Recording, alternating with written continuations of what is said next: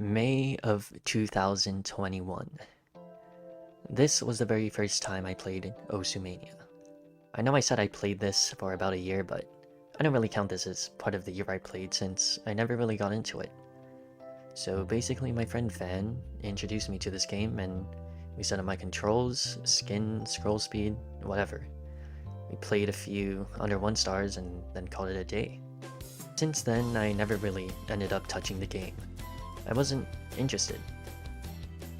So for the next few months, I mainly played party games with my friends or single-player games on my Switch. That was until November of 2021. You might be wondering, why would you pick up a game you never really got into and had zero interest in? Well, to answer your question, Roblox. Okay, stop, wait, don't click off the video yet. So me and Van, the guy who introduced me to Mania, we're playing random stuff on Roblox, eventually stumbling upon this Friday Night Funkin' ripoff. Okay, I know what you're thinking. Is it as bad as it sounds? Maybe, but we still had fun playing it. So we played the song called Triple Trouble from the Sonic EXE mod, and really liked it. Now, of course, at the time, I wasn't good enough to even read anything or know what was going on, but for whatever reason, it was this particular song that re-sparked Van's interest in rhythm games. So he told me he was gonna go back to playing Mania and asked if I was interested in joining him on his journey. Alright, bet. So from November of 2021 to the end of January 2022, I made the jump from 0 to 3 stars. My friend showed me several patterns like jacks, staircases, and some weird long note things that I never really got the hang of and really hated. But the progress was looking good. However, the jump from 3 to 4 stars alone was so much harder than the jump from 0 to 3. It was a bit discouraging, but Van was always there to help, which was always pretty reassuring. So around January was when my friend assigned me some maps that I should aim to beat. Installation, a popular, well-renowned map, which was the very first map he ever played in Mania, and Blue Zenith, which had ridiculous dumps that I never really saw myself doing at the time, but I was like, alright, I guess. Yeah, fast forward to the end of February and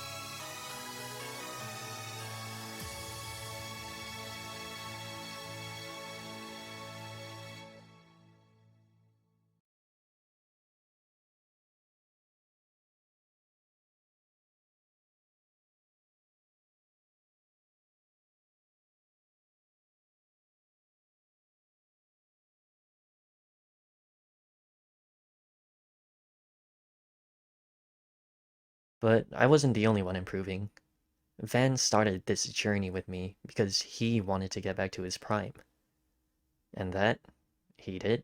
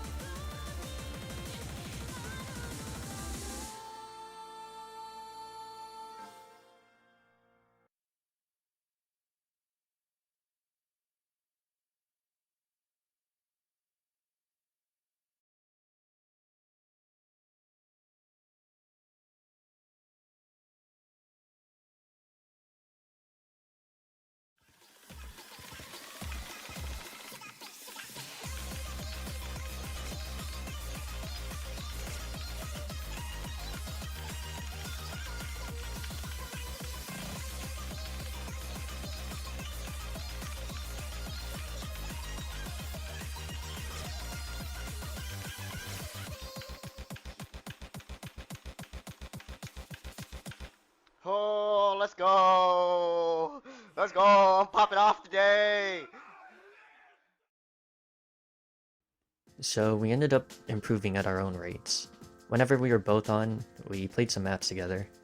We'd play once or twice a week for about 3 hours a session. And it was around this time, March of 2022, where my interest in this game grew to an all-time high.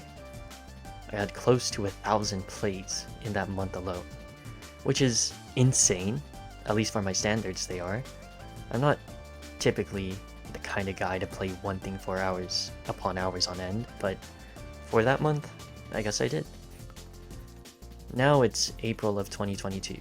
I was passing 4 stars left and right, but now the jump from maps under 4.3 stars to above 4.3 stars felt just as hard, if not harder than the jump from 3 to 4 stars.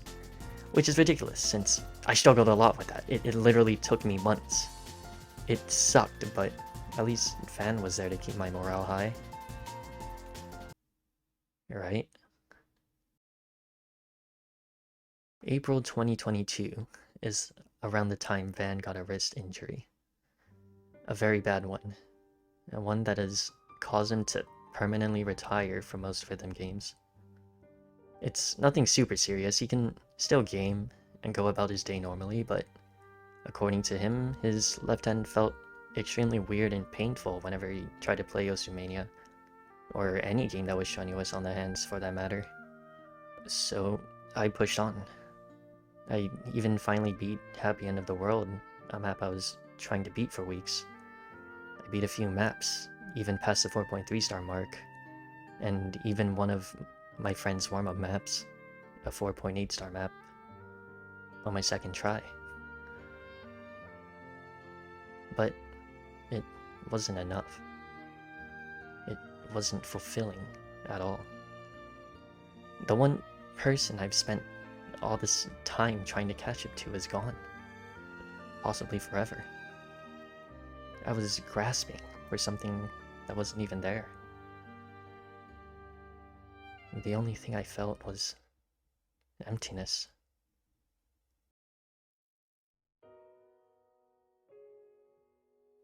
My motivation for this game dropped to an all-time low. My progress reached a plateau.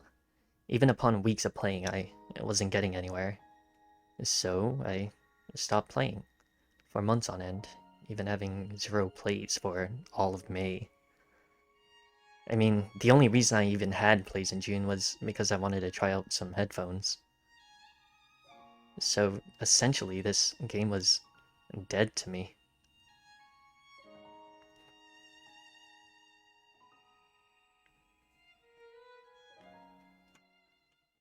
Now let me tell you guys a little something about the human limit. Pushing beyond what you thought was impossible is one of the best feelings in the world. It's the mindset of pushing beyond that brings society to new heights. It can range from as small as getting up in the morning to as big as literally attaining human flight. Every single aspect of life involves limits to break. Now let's relate this back to gaming. Let's say you're getting past that one triple spike in Geometry Dash, or beating Chapter 9 of Celeste, or getting all the stars in Mario 64, or getting a good speedrun time of a game, or even winning an esports tournament. Why? I mean, what's the point? Someone has probably done it before, and if not, someone else probably will. Why do we, as gamers, like to torture ourselves? Why do we like to torment ourselves? Why grind so much? Well, because it's fun. As contradicting as that might be, it is. Pushing our limits, overcoming obstacles, and experiencing the fruition of our work. That is what makes challenges in games fun. So why did I pick this game up again in August? Well, the answer is simple really. I found it fun. I was no longer playing this game for anyone else's sake. The torch had been passed on. From August to October, I played this game a lot more. I got back to where I was skill-wise, even surpassing it. I could realistically pass anything that was below a 5-star now. And remember Van's dream song that he tried to beat for years? Well, let's just say it took me not even 10 tries.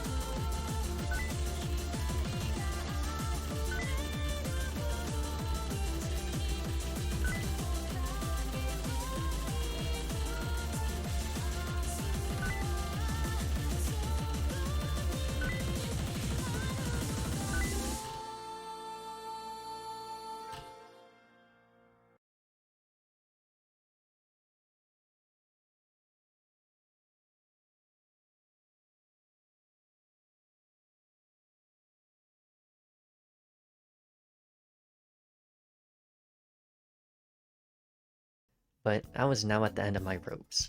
My progression reached yet another plateau. But this time it wasn't because of my mentality.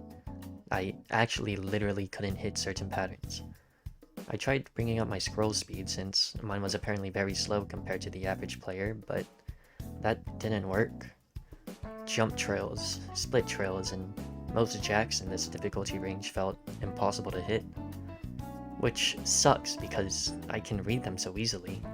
I mean, jump and split trails are literally meant to be breaks in some maps, but here I am, struggling to even do them. At least until I got a new keyboard. I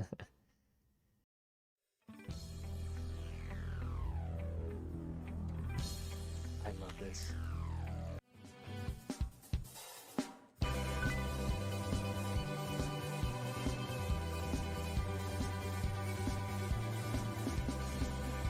I can actually keep up.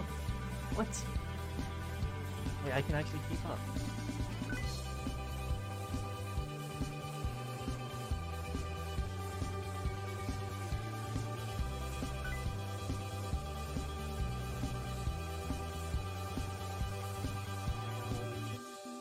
Wait, if I get used to using this, I can actually finally freaking go up in difficulty. No way.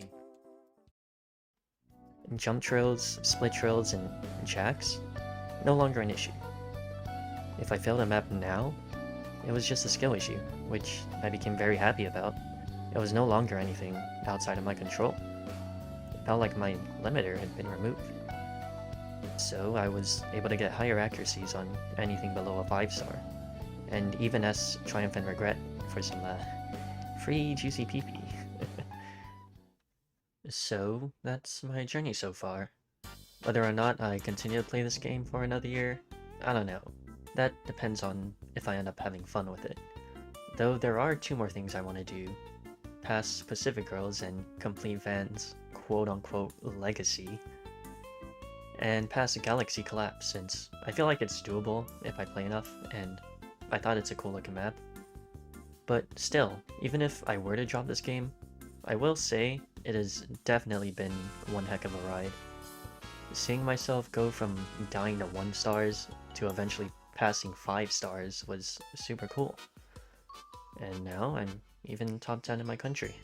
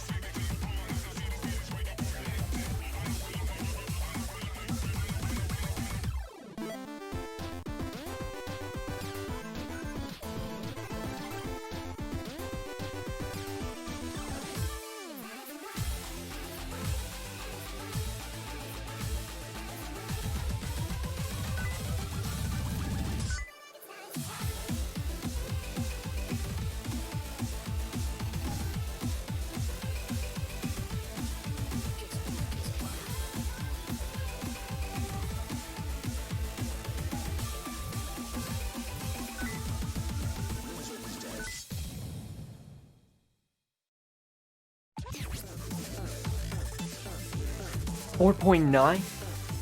What? Holy. 4.9? What kind of sick joke is this? I thought this was like a 4.2 or something.